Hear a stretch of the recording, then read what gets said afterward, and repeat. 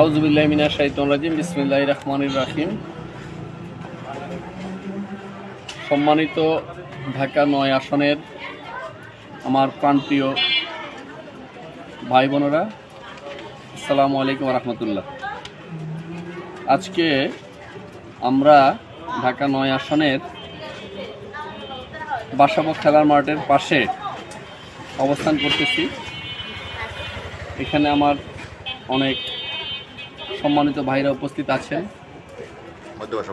মধ্য বাসাবো ওনারা কথা বলবেন, ওনাদের এই এলাকায় কি কি সমস্যাগুলো আছে এগুলো আমি শুনবো, এবং ইনশাআল্লাহ যদি ঢাকা ৯ আসনের জনগণ আমাকে হারিকেন মার্কা প্রতীকে নির্বাচিত করে তো আগামীতে আমি এই সমস্যাগুলো সমাধান করার চেষ্টা করব। জি, বাইরের কাছে দেন। ছোট ভাই একটু আসুন। জি, আপনি বলতে পারবেন। আপনি একটা প্রশ্নের উত্তর দিন। জি জি, মানে ওই প্রার্থী যে আসছেন হারিকেনের, তো এই বিষয়টা আপনারা কিভাবে দেখছেন? অনেকগুলো প্রার্থী আছে এখানে, তো আপনারা কাকে এবার ভোট দিতে ভাবছেন, যদি এই বিষয়ে কিছু বলতেন। জি জি। আমাদের মাসুদ ভাই আমাদের কাছে আসছেন, আমাদের কাছে খুবই ভালো লাগলো। এবং মাসুদ ভাই যদি আমাদের ঢাকা ৯ আসন থেকে নির্বাচিত হয় তাহলে আমাদের এলাকায় যে সমস্যাগুলি আছে আমাদের এই মুহূর্তে যা মনে পড়ছে, যেমন আমাদের বাসাবো মেন রোড খুবই নাজুক অবস্থা, এবং আমাদের এলাকায় সুয়ারেজ লাইনে অনেক সমস্যা হয় বর্ষার দিনে, এবং বৃষ্টির পানি তাৎক্ষণিকভাবে নিষ্কাশন হয় না। সেই ব্যবস্থাগুলি যদি ভাইয়ে নির্বাচিত হওয়ার পর যদি করে তাহলে আমাদের এলাকাবাসীর জন্য সুবিধা হবে। জি, ধন্যবাদ। আসলে আপনারা কি ভোট কেন্দ্রে যাবেন?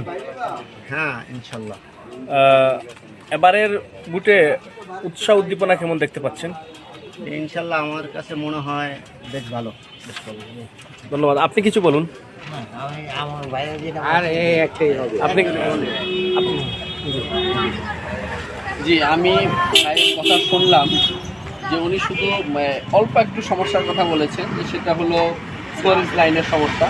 হ্যাঁ, অবশ্যই আমি যদি নির্বাচিত হই তাহলে এখানে আমরা যেহেতু বিশ্ব এগিয়ে যাচ্ছে নতুনত্বভাবে, ডিজিটালভাবে, যত দ্রুত বৃষ্টি, বন্যা এবং জলাবদ্ধতা যেভাবে বহির্বিশ্বে দ্রুত বহিঃনিষ্কাশন ব্যবস্থা করা হয়, ঠিক সেভাবেই আমার প্রথম চেষ্টা হবে যে ঢাকা ওয়াসা এবং পানি উন্নয়ন বোর্ডের কর্তৃপক্ষ এবং পানি মন্ত্রণালয় তিনটার সমন্বয়ে যে কাজগুলো করা দরকার যত দ্রুত সম্ভব এই ডিজিটালভাবে আমরা বহিঃনিষ্কাশন ব্যবস্থা ইনশাল্লাহ করব, এই প্রতিশ্রুতি আমি দিচ্ছি। এছাড়াও যদি অন্য কোনো সমস্যা থাকে, জনসন্ত্রাসী, চাঁদাবাজি, মাদকদ্রব্য বা অন্যান্য যদি কোনো বিষয় আপনাদের থাকে, কোনো অভিযোগ থাকে, আপনারা বলবেন, আমি করব। আর সবচেয়ে বড় বিষয় হলো এখানে অনেক হতদরিদ্র লোকজন আছে, তাদের যে স্বাস্থ্যসেবা, সেই স্বাস্থ্য সেবাটাকে একেবারে জনগণের দোরগোড়ায়, জনগণের স্বার্থের ভিতরে যেন উন্নত মানের স্বাস্থ্যসেবা পায়, সেই ব্যবস্থা আমি করব। এই প্রতিশ্রুতি আমি আপনাদেরকে দিচ্ছি। আপনারা আমাকে ভোট দিয়ে সহযোগিতা করবেন এবং আমার জন্য দোয়া করবেন। জি, আপনারা আমাকে হারিকেন মার্কায় ভোট দিয়ে জয়যুক্ত করবেন। এখানে আমার অনেক পরিচিত ভাই বন্ধুরা আছেন দীর্ঘকাল ধরে। এই যে আমাদের ভাই আছে, মিনু ভাই আছে, রবি ভাই আছে, এই এলাকার প্রতিটা অলিগলি আমার আসলে পরিচিত। ইনশাআল্লাহ আপনারা আমাকে সবাই দোয়া করবেন। আমি এই মাঠেই অনেক আড্ডা দিয়েছি, এবং আমার এমপি হই আর যাই হই, এমপি হোক আর মন্ত্রী হই, যাই হই, আপনারা পাবেন এই মাঠেই আমাকে। এমপি হলে কি আপনি জনগণকে ভুলে যাবেন না তো?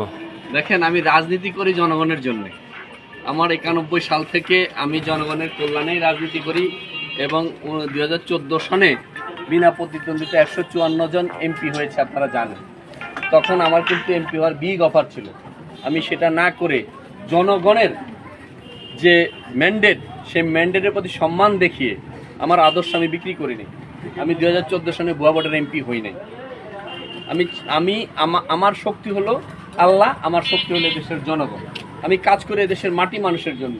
যদি মানুষ ভোট না দিতে পারে সেই ভোটে আমি এমপি হব, এটা চিন্তা আমি করি নাই কোনোদিন। যার কারণে আমি কোনো ভুয়া ভোটের নির্বাচনে অংশগ্রহণ করি নাই। ধন্যবাদ আপনাকে। ইনশাআল্লাহ।